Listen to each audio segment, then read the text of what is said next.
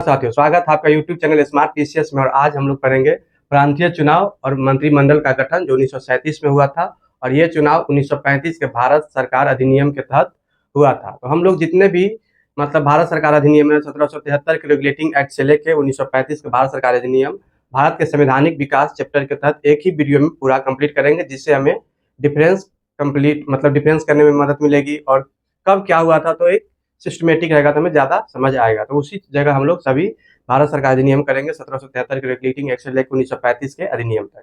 आइए हम लोग देखते हैं प्रांतीय चुनाव और मंत्रिमंडल का गठन। ठीक है, तो 1935 के भारत सरकार अधिनियम के तहत ये विधानमंडल चुनाव हुआ था। कब? 1937 में हुआ था। तो इसे ध्यान रखिए, किस अधिनियम के तहत हुआ था, क्वेश्चन आ सकता है पीटी में। तो वो हुआ था 1935 के भारत सरकार अधिनियम के तहत हुआ था। ठीक है, तो इसे ध्यान रखिएगा।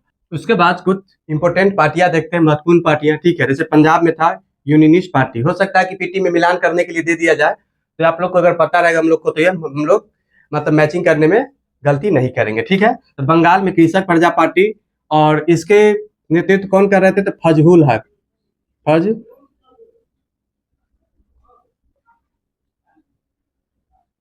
फजहुल हक। ठीक है, तो इसे ध्यान रखिएगा। और मद्रास और में कौन थे? जस्टिस पार्टी थे। ठीक है, और बम्बई और मध्य प्रांत में कौन थे? इंडिपेंडेंस लेबर पार्टी था। इसके नेतृत्व कौन करते? भीमराव अंबेडकर कर रहे थे। और संयुक्त प्रांत में नेशनल एग्रीकल्चरिस्ट पार्टी थे। ठीक है, और इस दो में जस्टिस पार्टी जो मद्रास का था, इसको, और संयुक्त प्रांत का जो था नेशनल एग्रीकल्चरिस्ट पार्टी, इन दोनों को क्या था? सरकारी सहयोग प्राप्त था। सरकारी सहयोग। ठीक है, तो इसे ध्यान रखिएगा, प्राप्त था। और कांग्रेस और मुस्लिम लीग, ये दोनों क्या थे? राष्ट्रीय स्तर के पार्टी थे। कांग्रेस तो था ही, और इसके पैरेलल में कौन थे? मुस्लिम लीग, ये राष्ट्रीय स्तर का पार्टी था। ठीक है, उसके बाद चुनाव होता है। ठीक है, चुनाव का परिणाम ये होता है कि कांग्रेस को भारी बहुमत मिलता है इसमें, और 5 प्रांतों में पूर्ण बहुमत से अपना सरकार 5 प्रांतों में पूर्ण बहुमत इसको मिलता है। ठीक है, उसके बाद देखते हैं कौन कौन प्रांत था, वो पूछा जाता है। तो मद्रास, मध्य प्रांत, संयुक्त प्रांत, बिहार और उड़ीसा, इन सभी में उन्होंने पूर्ण बहुमत प्राप्त किया था। ठीक है, उसके बाद देखते हैं कि बंबई में और असम में और उत्तरी पश्चिम प्रांत में सबसे बड़े दल के रूप में उभरे, जिसमें बंबई में लगभग पूर्ण बहुमत मिल गया था। कहाँ? बंबई में आया। मध्य प्रांत में आप लोग बरार भी ऐड कर लीजिएगा, क्योंकि ये इसी में था। बरार मध्य प्रांत में ही था, यहाँ भी उनको भारी बहुमत मिला था। ठीक है, उसके बाद बंगाल, पंजाब और सिंध में कांग्रेस बड़ा दल बनने से वंचित रह जाता है, और यहाँ पे बड़ा दल कौन बनते हैं? मुस्लिम लीग बनते हैं। ठीक है, और टोटल 11 राज्यों में, यहाँ प्रांतों में चुनाव हुआ था, जिसमें कांग्रेस ने 8 प्रांतों में विजय प्राप्त की थी। 5 में तो पूर्ण बहुमत मिला, और 3 में क्या किए? मिली जुली सरकार बनाई 3 प्रांतों में। और मुस्लिम लीग 8 प्रांतों में कांग्रेस क्या किया?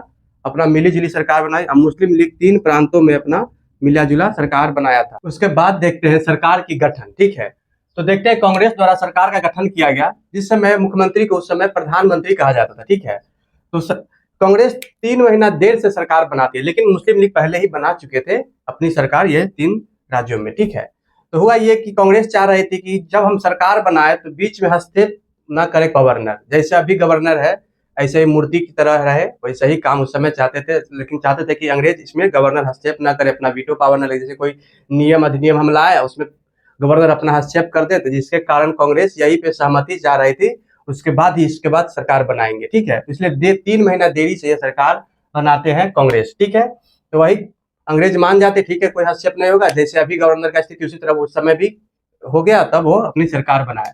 तो बिहार में श्री कृष्ण सिन्हा जी यहाँ की प्रधानमंत्री बने, उसे मुख्यमंत्री को प्रधानमंत्री कहा जाता है। ठीक है, और मद्रास का चक्रवर्ती राजगोपालाचारी, संयुक्त प्रांत का गोविंद बल्लभ पंत। ठीक है, इसे ध्यान रखिएगा। मध्य प्रांत एवं बरार, इस सभी में कांग्रेस क्या किए? पूर्ण बहुमत से विजय हुए थे, तो अपनी सरकार बनाए। और मिली जुली सरकार कहाँ कहाँ बनाए? तो असम, बंबई और मध्य प्रांत, इन तीनों में मिली जुली सरकार बनाए थे। और मुस्लिम लीग कहाँ बनाए थे? तो पंजाब में बनाए थे, इसके साथ मिलकर यूनियनिस्ट पार्टी के साथ मिलकर। बंगाल में मुस्लिम लीग और कृषक प्रजा पार्टी के साथ मिलकर पार्टी बनाए थे। और सिंध में मिली जुली सरकार बनाए थे। ठीक है, और कृषक प्रजा पार्टी जहाँ बनाए थे, यहाँ के प्रधानमंत्री कौन बने थे? फजहुल हक बने थे। ठीक है, तो इसे ध्यान रखिएगा। तो एक बात समझने वाली है कि मुस्लिम लीग को इतना कम वोट क्यों मिला, क्योंकि जबकि देखा जाए तो 711 सीटें जीत गई थी कौन? कांग्रेस लगभग आधी सीटें जीती थी, ठीक है। और मुस्लिम लीग 482 कैंडिडेट खड़ा किए थे, जिसमें से कितना 51 सीटें ही जीती थी, ठीक है। और कांग्रेस में जो मुस्लिम सीट था वो था कितना? 58 था, ठीक है, जिसमें से 26 सीटें वो जीत गई थी। कौन? कांग्रेस जीत गई थी। ये कांग्रेस के अंदर मुस्लिम का था वो कैंडिडेट थे, उसमें से 26 जीत गए और ये टोटल 482 थे मुस्लिम लीग, जिसमें से 51 सीटें जीती थी। इसी प्रकार मुस्लिम लीग को 4.8% ही वोट मिले थे, यानी कि 5% से भी कम मिला था। तो कहा मतलब मुस्लिम लीग कहते थे कि हम पूरे मतलब भारत के पूरे मुसलमान को नेतृत्व करते हैं, लेकिन जब परिणाम आया तो ये साबित हो गया कि हम पूरे मुस्लिम लीग हमसे खुश नहीं है, मतलब पूरे मुस्लिम लीग को हम नेतृत्व नहीं करते हैं।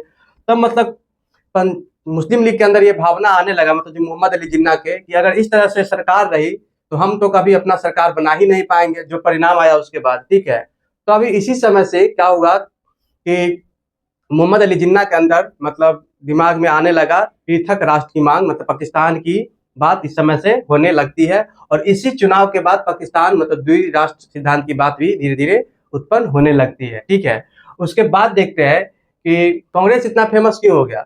जब 1885 में कांग्रेस की स्थापना किया गया तो उस समय ये भी इलाइट पर्सन का ही मतलब नेतृत्व करता था। ऊंचे वर्ग रहते थे, वकील रहते थे, पढ़े लिखे, जमींदार, व्यापारी, इसी सब का ये एक दल था, ठीक है। लेकिन बाद में जब गांधी जी इसमें आते हैं, सहयोग आंदोलन के समय कांग्रेस का मतलब सदस्यता शुल्क कम कर देते हैं और सविनय अवज्ञा आंदोलन में देखते हैं बहुत सारा जन इसमें शामिल होते हैं, गरीब, कृषक, किसान, मजदूर सभी इसमें शामिल हो जाते हैं, जिसके कारण कांग्रेस बहुत बड़ा फैल गया, जन जन तक पहुंच गया। और मुस्लिम लीग क्या था? ये इलाइट पर्सन का ही था और ये जन जन तक नहीं पहुंचा था, इस कारण भी ये हार जाते, इसलिए कम वोट मिलता है। 4.8%, 5% से भी कम वोट मिला था। और इसी चुनाव के बाद मोहम्मद अली जिन्ना के अंदर आता है भाव कि पृथक राष्ट्र की, पाकिस्तान की भावना के बाद आती है, ठीक है। उसके बाद देखते हैं कांग्रेस के मंत्रिमंडल 28 माह तक ही रहा, मतलब 28 माह तक ये सरकार चली।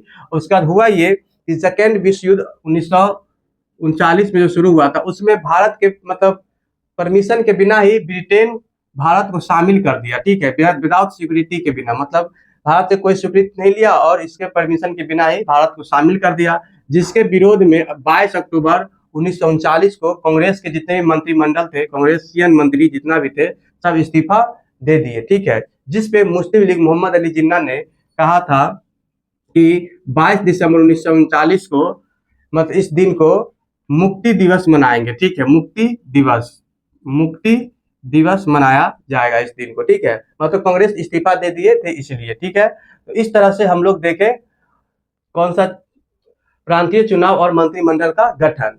और कहा जाता है कि कांग्रेस को इस्तीफा नहीं देना चाहिए था इस समय, ठीक है, क्योंकि इसी के बाद जब देखते क्रिप्स मिशन आता है, कैबिनेट मिशन आता है, तो मुस्लिम लीग को ज्यादा प्रेफरेंस मिलता है और कांग्रेस को कम मिलता है। यह इस इस्तीफा के कारण, क्योंकि ब्रिटेन को भी लगा कि हमारे साथ मुस्लिम है, क्योंकि यहाँ पे इस्तीफा नहीं दिए थे और कांग्रेस इस्तीफा दे दिए थे। तो इस तरह से हम लोगों ने देखे प्रांतीय चुनाव का गठन और मंत्रिमंडल का गठन। तो मिलते हैं नेक्स्ट वीडियो में।